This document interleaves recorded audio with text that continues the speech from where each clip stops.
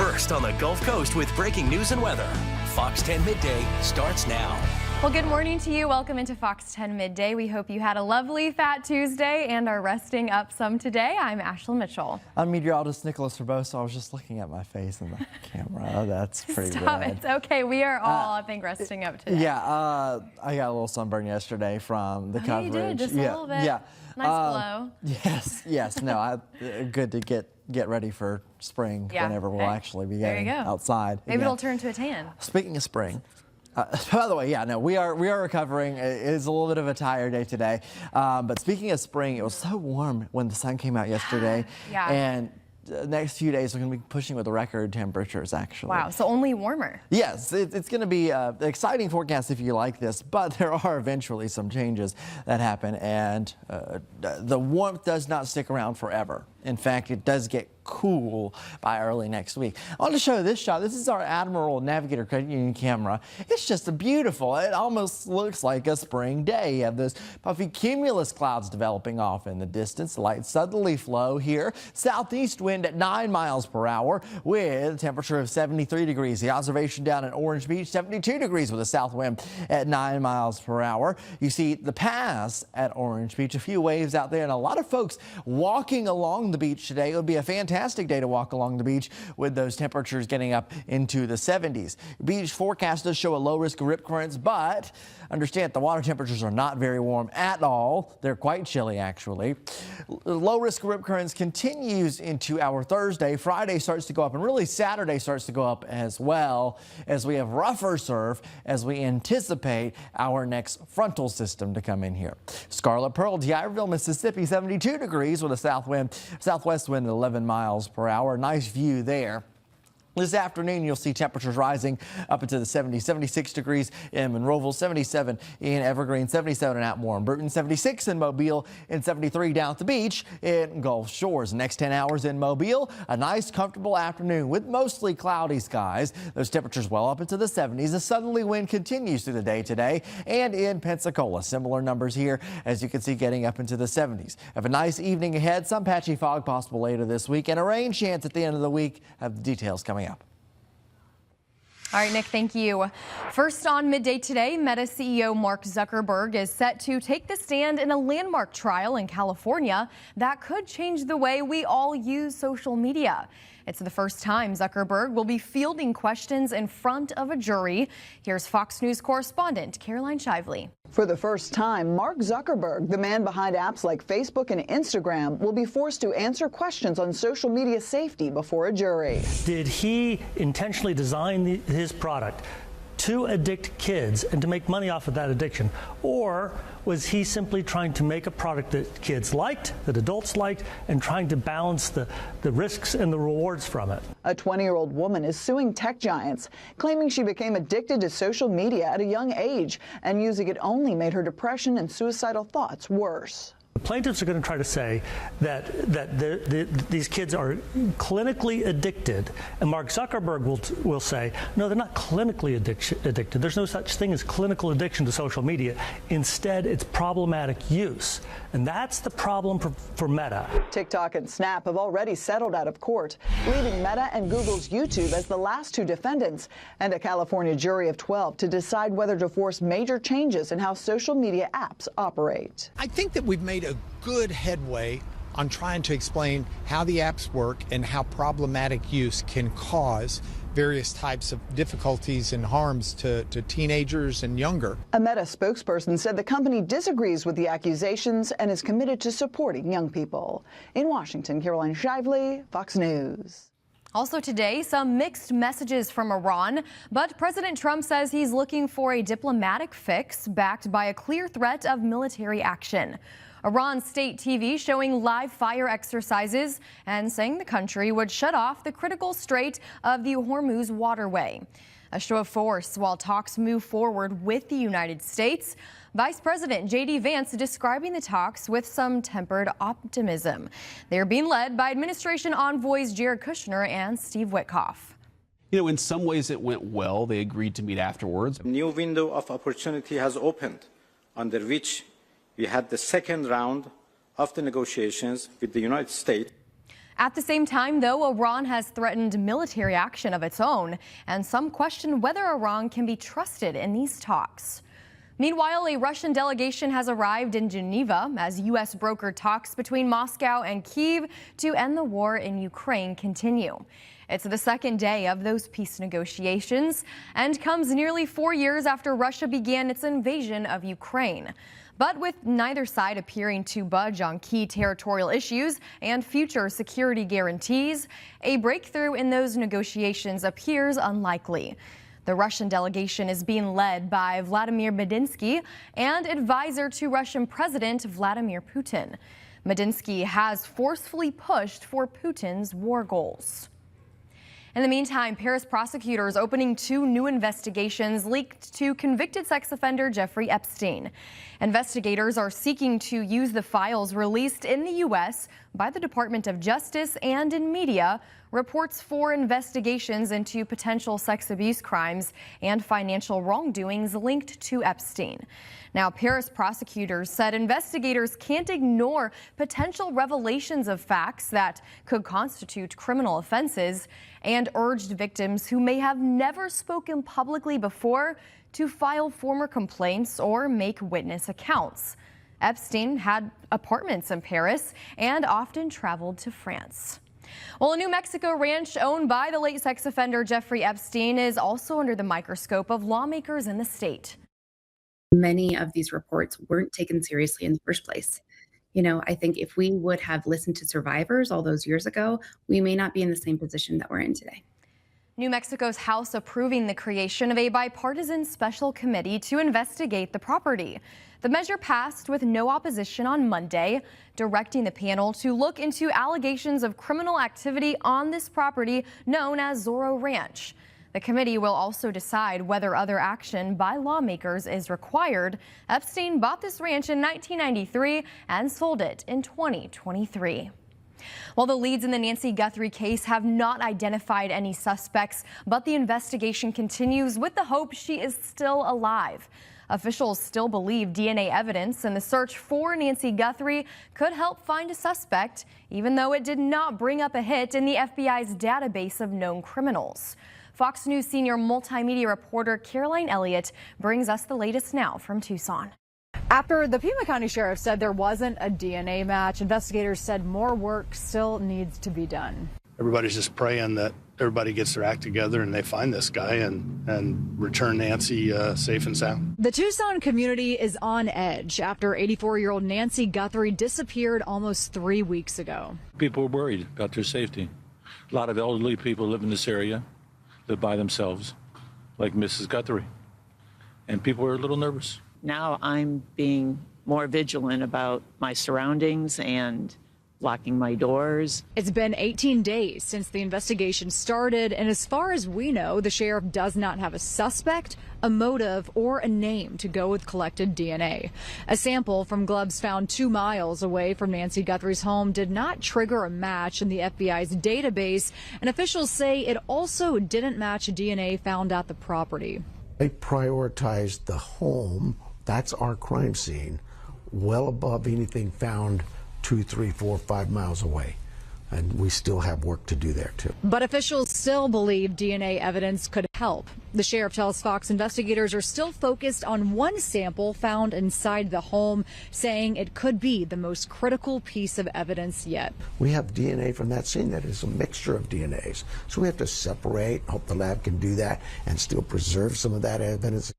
And we're told it's quite common for DNA to get mixed up. The sheriff tells us at this point it's still unclear exactly how long it will take to test and process that sample. In Tucson, Arizona, Caroline Elliott, Fox News. And meanwhile, the search continues locally for a Theodore family missing now for more than 2 weeks. Aurelia Chakak, her teenage daughter Nayirka, and 2-year-old son Anthony. Juan Carlos Argueta Guerra, 31 years old, is now in custody and accused of abduction. Argueta Guerra has pleaded not guilty to the kidnapping charges, though, and he's scheduled back in court on March 3rd. We will keep you updated there. And listen to this, a suspect in a Florida homicide has now been arrested in Alabama. This is 18-year-old Dominic Van Wasanova. He's being charged with the murder of his girlfriend, 19-year-old Azalea Dotson Salinas. Last Friday, Santa Rosa County Sheriff's deputies found the body of Dotson Salinas in a mobile home in the 11,000 block of Floridale Drive in Milton. Van Wasanova became a person of interest in the investigation, and sometime later, the Limestone County Sheriff's Office and the Huntsville Police Department found him near Athens and detained him. After interviewing him, Van Wasanova was arrested for the murder of Dotson Salinas. He is currently being held in the Limestone County Jail and is awaiting extradition to Florida. Still ahead on Fox 10 Midday, a Houston flight had to change course after someone breached the cockpit. We'll have that story coming up. Plus, today marks Ash Wednesday. Our Stephen Moody shows us how some locals took part in the tradition. Nick, not a bad day for this celebration. Yeah, temperatures out there warm, and really over the next couple of days, this is a comfortable time to be outside. Temperatures close to 80 degrees. This is well above average, though. In fact, it's in record territory. When did the temperatures change? We'll have that forecast coming up. Welcome back. For millions of Christians here and around the globe, today marks a significant day of reflection and faith. Ash Wednesday starts the official Lenten season, and Fox 10's Stephen Moody shows us how our community is observing this very important time. Mass was full for this Ash Wednesday at St. Pius in Mobile. This time of year is intended for fasting, prayer, and reflection as people attend church and receive ashes on their foreheads in the shape of a cross. And today's message was to be a better person after walking out of the doors. It's just as important for us as for everybody around us. If I'm living the faith well, I'm going to have a great relationship with God, who is the source of my joy. But also, if I'm living the faith well, just my life could be an invitation to someone who's far away from God, who needs a little bit of hope. And so I pray that the way that I live, the way that all of us Christians live together, it's a great sign of hope that draws people closer to the Lord. Ash Wednesday marks the start of Lent, and during Lent, worshipers participate in fasting, self-denial, charitable works, and prayer, all leading up to Good Friday and Easter. Jesus doesn't disdain anything that he made. So it's a time for us to be silent and spend 40 days in prayer.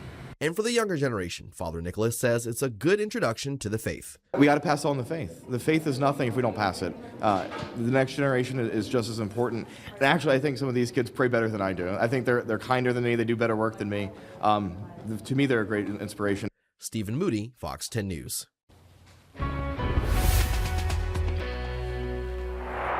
Live from Pensacola Beach, you see a few clouds out there and a few folks enjoying the beach conditions. That's because it's so warm out there. Reminder that this is February, but we are dealing with some extremely warm temperatures. In fact, we could see record temperatures as we get to the end of this week.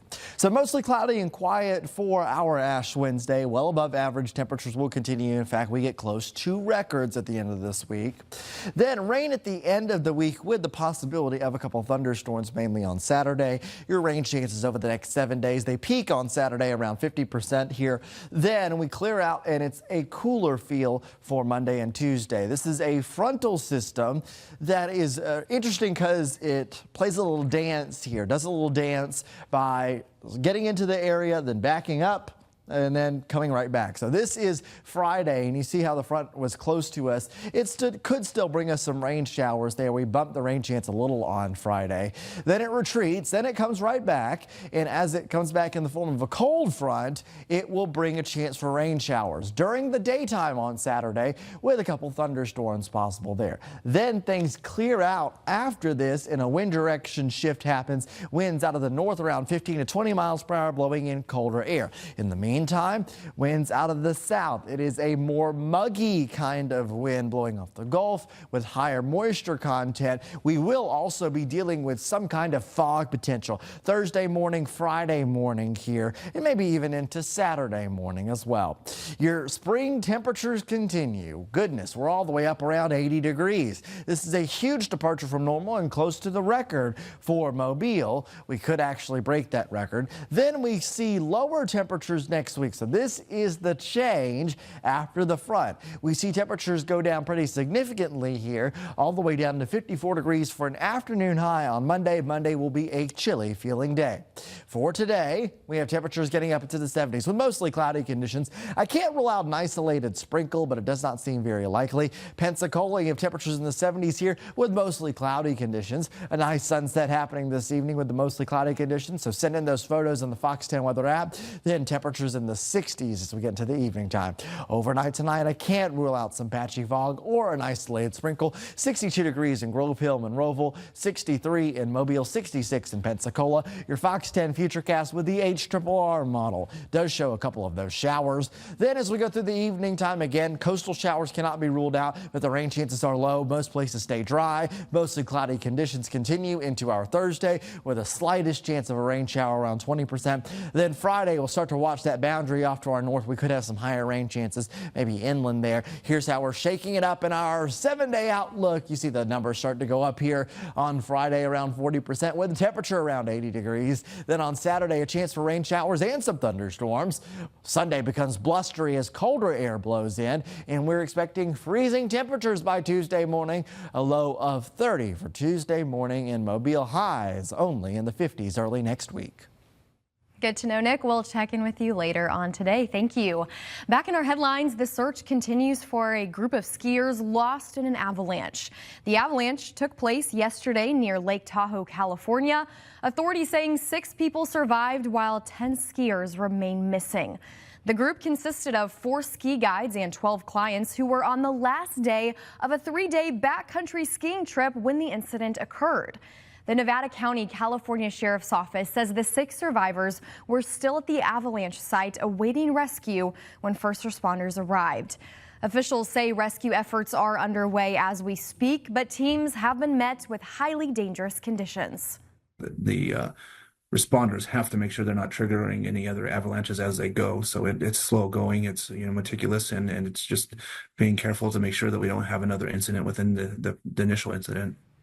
And California Governor Gavin Newsom also speaking out, saying the state is coordinating additional resources to support the search and the rescue efforts. Well, 4 firefighters and 1 pastor are injured after a church exploded in rural New York just yesterday. State police say crews were checking out reported gas odors when the furnace activated and the building caught fire. They say the Boonville fire chief and the Abundant Life Fellowship church pastor were seriously injured. 3 others are recovering from less serious injuries as well. Meanwhile, officials say a Delta Airlines flight had to turn back due to a near cockpit breach. Houston police were called to William P. Hobby Airport on Wednesday morning.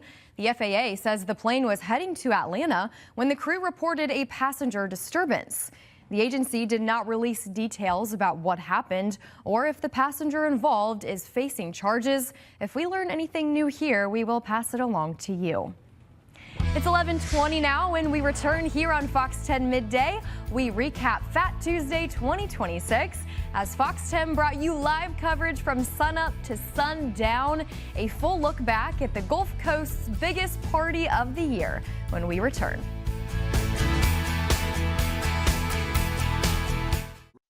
Welcome back into Fox 10 Midday. This morning, the Fox 10 crew was out from sunup to sundown, bringing you the crowds and the carnival magic from all across Mobile and Baldwin counties. From families lining the routes to crews rolling in style, it truly was a Fat Tuesday to remember. Claudia Nichols has a look back at some of the most memorable moments. Take a look. It really is a sun-up to sundown kind of thing. It just creates more of a magical atmosphere. You're just soaking in the ambiance when the parades are rolling. Stuff is flying left and right. An unbelievably packed Fat Tuesday celebration in downtown Mobile. The Fox 10 crew set up in front of the Mobile Chamber of Commerce, with familiar faces taking you into the party in real time. Getting photobombed right now. It is a day of nothing but happy. It's so good. I don't see anyone without a smile on their faces. When we say there are people everywhere, there are people everywhere. And Mardi Gras is known for bringing community, family, and friends together. Lee Peck, decked out in the Mardi Gras spirit, ran into an old friend along the parade route. The legendary Mystics Johnson. And Lee Peck. Oh, well, happy Mardi Gras. Same to you, Lee. Happy Mardi Gras. 6 different parades gliding through the streets. The Order of Athena, Knights of Revelry, King Felix, Comet Cowboys, Mamga, and the Order of Myths. We are having a great time over here on St. Anthony Street. In Baldwin County, Gulf Shores celebrated its 47th annual Fat Tuesday Parade on Highway 59. Hal Shurett caught the magic, floats, marching bands, and massive crowds, taking over the popular beach town. A lot of excited people right here, and we have gotten this parade rolling, and you just saw the first entry of 50 go by us. And Dacian Smith in the middle of the action in Orange Beach. The parade rolling right behind him on Perdido Beach Boulevard. Some of the first floats just went down the road. They're getting ready to line up. The throws didn't stop all day. Beads, stuffed animals, and moon pies raining down from above. And the Fox 10 team caught their fair share. I got myself some Christmas moon pie. Got some stuffed animals. Happy Mardi Gras. And some throws a bit more extravagant. He's getting ready He's to throw. teasing Oh, oh, there it goes. Look at this. Oh, no, it's a scrub. I told you. Oh, yeah, you see a lot of that on the parade route for sure. That was our Claudia Nichols reporting. While the fun may be over, next Mardi Gras season begins in January 2027 with Mardi Gras Day happening on February 9th. Truly cannot speak highly enough of our Fox 10 News crews making this effort happen every single year. According to the city of Mobile, by the way, the crowds came out in droves this Mardi Gras season. Police estimating that more than 1.3 million total attended this year's Mardi Gras parade. And on Fat Tuesday alone, there were just over 125,000 parade goers in attendance. Another successful, enjoyable Fat Tuesday there. Well, coming up, the maker of Spam sees sales rise. We'll explain. Plus, Hollywood seeing a dip in ticket sales. We have those stories and much more in your business headlines. But first, Nick, feeling like spring out there for our win. Yeah, in fact, the end of this week does look pretty warm. We have temperatures close to record territory, around 80 degrees, 12 degrees above average. We'll have all the details of that in your forecast and a cool down early next week. That's coming up here on Fox 10 Midday. Committed to you. This is Fox 10 Midday. Welcome back. Turning now to your half-hour headlines on this Wednesday. We're following some sad news here. Pioneering civil rights leader Jesse Jackson is dead at age 84. His Rainbow Push Coalition says the Reverend died peacefully yesterday morning alongside his family. His death follows his struggle with a rare brain disease. Jackson is remembered as Dr. Martin Luther King Jr.'s protege, who became more prominent after his mentor's assassination. His original Rainbow Coalition is historic because it truly brought people together of all races. The Rainbow Push Coalition says public observances for Jackson will take place in Chicago. Our thoughts certainly with his family and friends this morning. Well, there's a new way for book lovers to experience their favorite stories. This morning, Audible announcing the rollout of immersion reading in its app. Customers who own both the audiobook and Kindle ebook versions of a title can now follow synchronized highlighted text as the narration plays. Pretty cool. Audible says finding eligible titles is pretty easy. The app will automatically show you which ebooks have audiobook matches. Audible says combining reading and listening can improve focus and comprehension. The company's data also shows users who consume nearly twice as much content each month as well. Big reader here, so I'm excited for this new feature. IKEA, meanwhile, is planning to open 10 new locations across the U.S. this year. Though the Swedish furniture store has 500 locations, fewer than 60 of them are in the U.S. alone. This year, Alabama and Oklahoma will get their very first IKEAs in Huntsville and Tulsa. Some great news for us here in Alabama. New stores will also open in Arizona, California, Colorado, Illinois, and Virginia. In our business headlines this morning, investors are looking at some better than expected readings on the economy as of late. Meta expands its relationship with NVIDIA. Movie ticket sales are down, and the maker of Spam sees sales rise. Fox's CJ Papa has these stories in today's Business Briefs. More new homes are going up in December compared to November. Housing starts in the U.S. climbed by 6.2%. Single-family housing starts rose by 4.1%. While mortgage rates were more affordable last week, the Mortgage Bankers Association says the average for a 30-year fixed mortgage declined to 6.17%. Refinancing applications were up 7%, though applications to purchase a home were down 3%. Demand for U.S. durable good orders slipped in December. Total orders for goods meant to last 3 years or more fell 1.4% in the month, compared with a 5.4% rise in November. Meta Platforms' parent company Facebook says it will expand its relationship with NVIDIA. It will use NVIDIA's Blackwell and Rubin chips. The deal is likely to be worth tens of billions of dollars. Movie theater chain Cinemark reported weaker business for the recent quarter.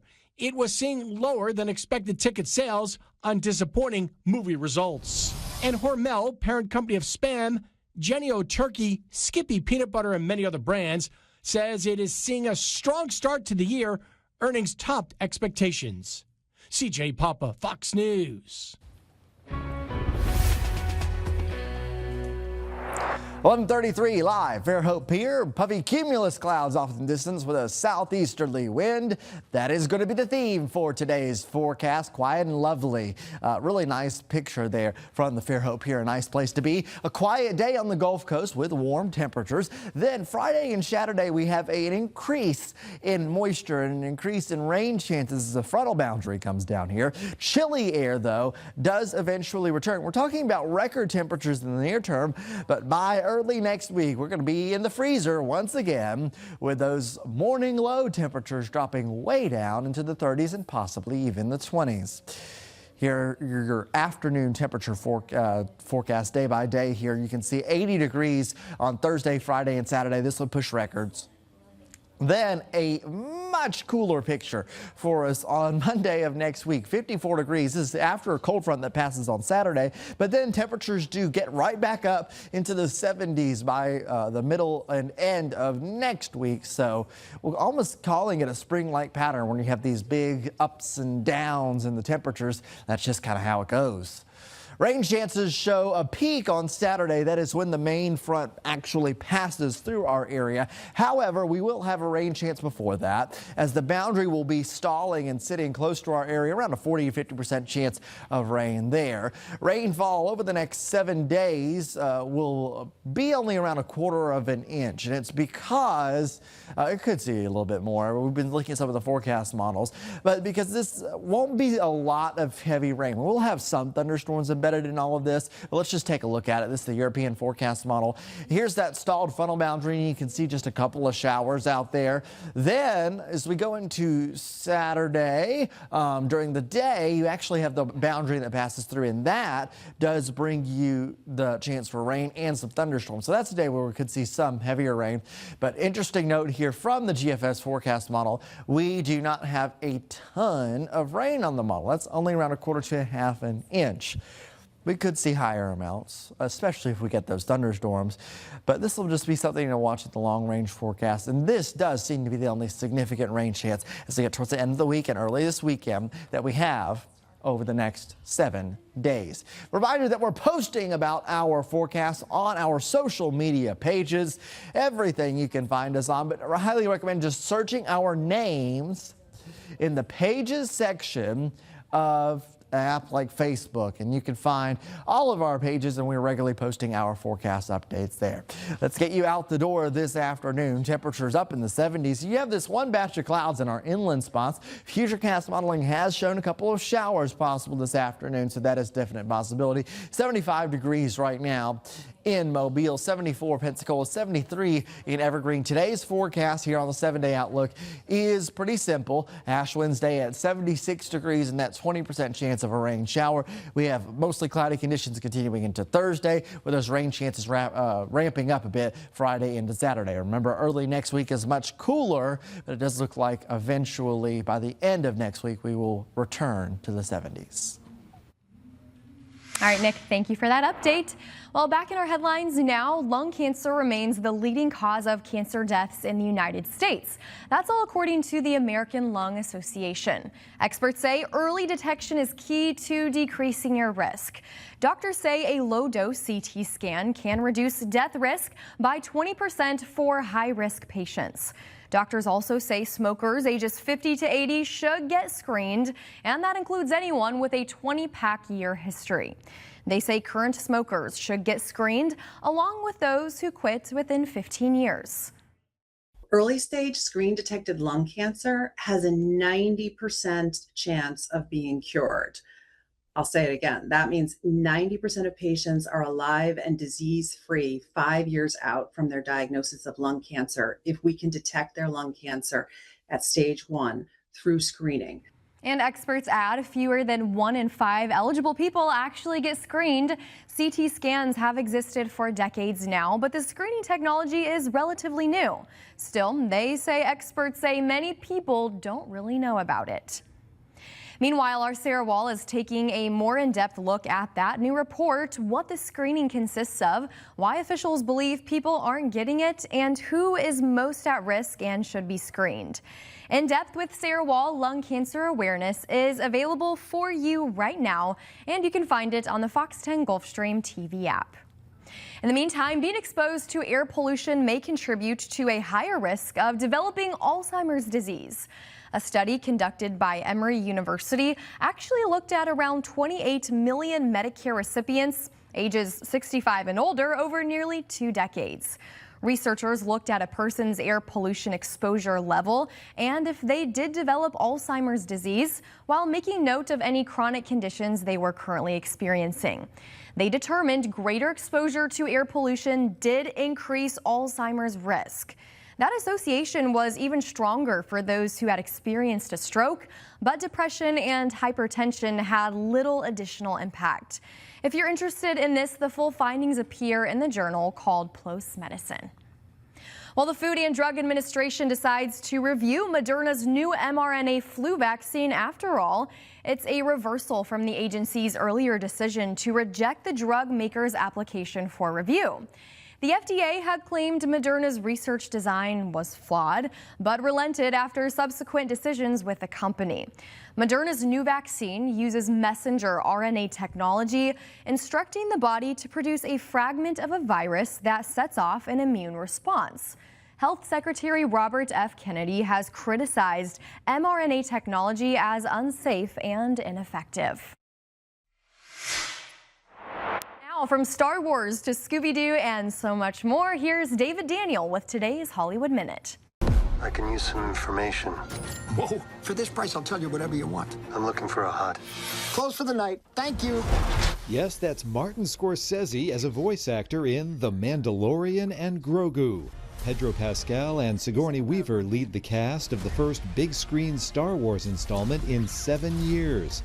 The official trailer just dropped. The film opens in theaters May 22nd. I think I try to keep a positive attitude wherever I go. McKenna Grace reportedly is getting her Scooby on. Variety and Deadline report the actress has been cast as the young Daphne Blake in Netflix's live-action Scooby-Doo series. The show will explore how the Mystery Incorporated gang got together. It's easy to say it's the drugs. But what about if it's me? What about if it's really Billy who's doing this? Billy Idol Should Be Dead looks at how the punk pioneer survived to become a music and cultural icon. This is a first-look clip from the feature-length documentary, which opens in L.A. February 23rd, New York February 25th, and wider on the 26th. In Hollywood, I'm David Daniel. It's 11:41 on your Wednesday. Still to come on Fox 10 Midday, a judge rules whether chicken wings without bones can still be called chicken wings. Never thought of that. Plus, in this week's Does It Work, we take a look at a product designed to make putting eyeshadow on so much easier. We'll be back with more Fox 10 Midday in just a minute. I will be the first to say putting on eye makeup can definitely be time-consuming. I do it every single morning for work, but a product from Amazon claims their product makes the whole process a little easier, practically doing it for you. That'd be nice. Rachel Hackbarth tries out these eyeshadow stickers in this week's Does It Work? You've heard of eyeshadow palettes, but what about eyeshadow patches? These are some makeup temporary tattoo stickers that we found on Amazon. You apply these with water. For only $5.99, we get 20 of these patches. Susan Swanger is a self-described country girl who likes light makeup. Could this be an easier way for her to get ready? They're big. If something like this worked and it was pretty fast to put on like it promises, do you think that could be helpful at all? Yeah, because it would add color. It'd be good. This particular brand doesn't come with instructions, but we're applying them like a temporary tattoo since that's how these are described. I think this is like a press-on tattoo. I think it is too. Do you want to try it on your hand? Sure. I guess press it for a little bit. That could be very interesting, putting it on your eye. While we do have color and shimmer as the makers promised, Susan doesn't feel like it's the right texture or shape for a nice look. I think it would be hard to get it on your eye even. For sure. And you would have to cut it. Yes. It does stick, but I don't know if it would work for eye makeup. It just looks plastic. This is what the product looks like actually on our eyes. Does it work? I don't think so. So what do you think about these? No. Okay. It does not work. All right, well, I guess we'll stick to the brushes and such. For Does It Work? I'm Rachel Hackbarth. Oh no. I could have told you, seeing those stickers on that paper right there, wrong shape, way too big, strange texture. I actually got excited because I struggle with eye makeup the most. I thought it was going to be like templates. No, like you might as well just slap a sticker on your eye and call it a day. That's unbelievable. Crazy. All right. People will invent anything these days. Completely switching gears. This is interesting. Okay, this one's interesting here. Yeah, can a restaurant call boneless wings wings? So a federal judge says the answer is yes. He actually threw out a lawsuit challenging the Buffalo Wild Wings menu, saying, quote, no meat on its bones. The judge said, that's funny. The judge says most people understand the products are made of chicken breast. The lawsuit is from an Illinois man who claims he thought they were deboned chicken wings. The judge points out most people don't think cauliflower wings contain meat. Yeah, Buffalo Wild Wings defended itself in a tweet the year the lawsuit was filed, writing, quote, our hamburgers contain no ham. Our buffalo wings are 0% buffalo. Yeah, the responses included jokes about French fries not being French. Mountain Dew not actually containing mountains, and hot dogs, well, yeah, you get it. Yeah, this, it is, you're right. Like, it is not deboned chicken wings. Right. Correct. Right. But it is still chicken. It's in the same style. Interesting. I would just want to know who filed that lawsuit. I would love to have a conversation with them. Anyway, this next Italian competition is not an Olympic sport just yet, Nick.